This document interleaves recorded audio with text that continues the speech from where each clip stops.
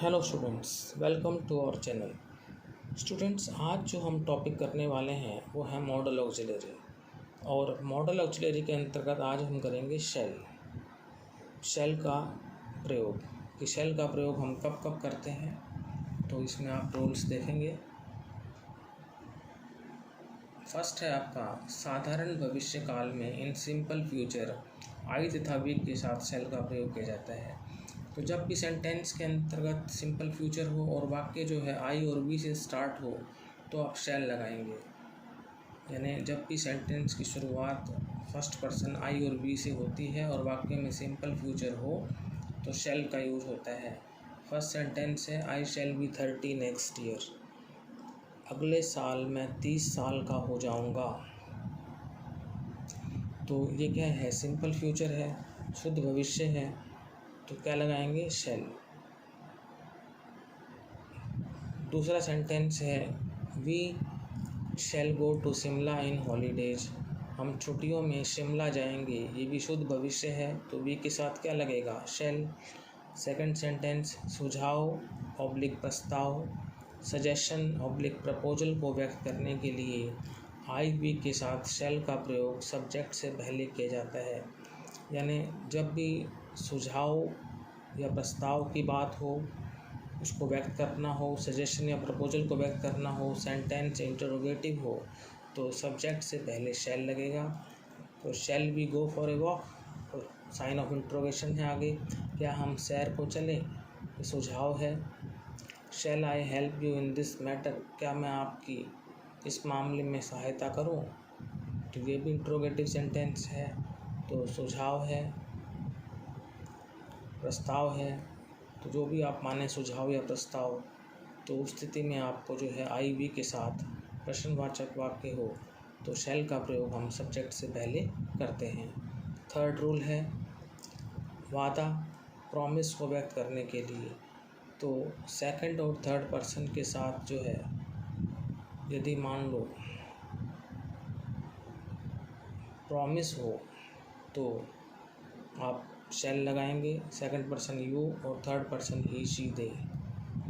First sentence है you shall have your book tomorrow, तुम्हें तुम्हारी पुस्तक कल मिलेगी। तो ये प्रॉमिस है। आपने देखा यू लगा हुआ है, सेकंड पर्सन का प्रोनाउन है, तो शेल का प्रयोग हमने यहाँ पर प्रॉमिस के रूप में किया है। अगला सेंटेंस है if you stand first you shall get a prize, यदि तुम फर्स्ट आते हो तो तुम्हें प्राइज मिलेगा।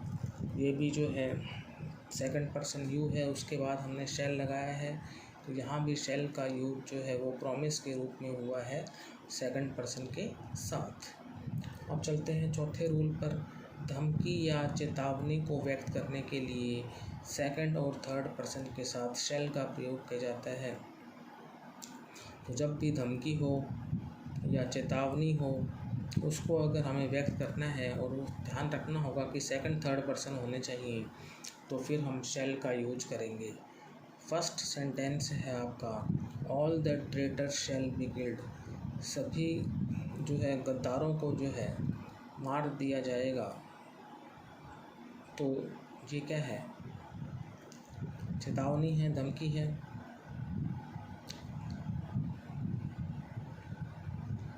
All the traitors shall be killed, सभी गद्दारों को जो है मार दिया जाएगा, ये धमकी है।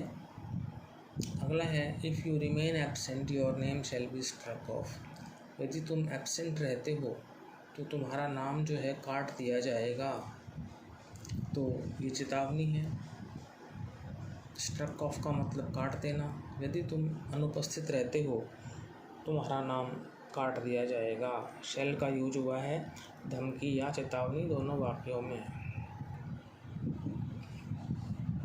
फिफ्थ रूल है आज्ञा ऑब्लिक आदेश को व्यक्त करने के लिए, ऑर्डर ऑब्लिक कमांड को व्यक्त करने के लिए।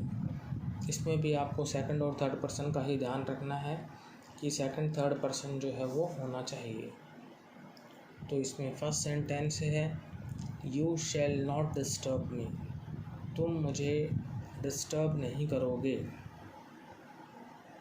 तुम मुझे जो है तंग नहीं करोगे, परेशान नहीं करोगे।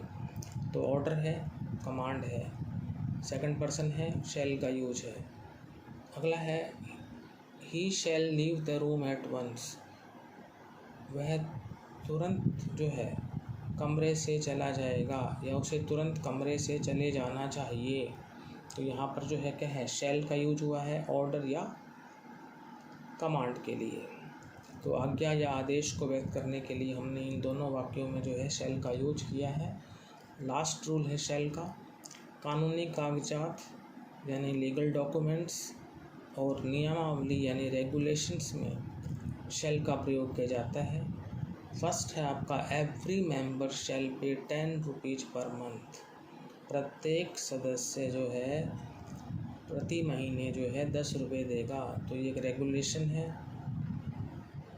उसके बाद है the tenant shall be responsible for all wears and tears, जो किराएदार होगा वो जिम्मेवार होगा सारी टूट फूट के लिए। तो ये भी जो है एक किस्म से नियमावली है।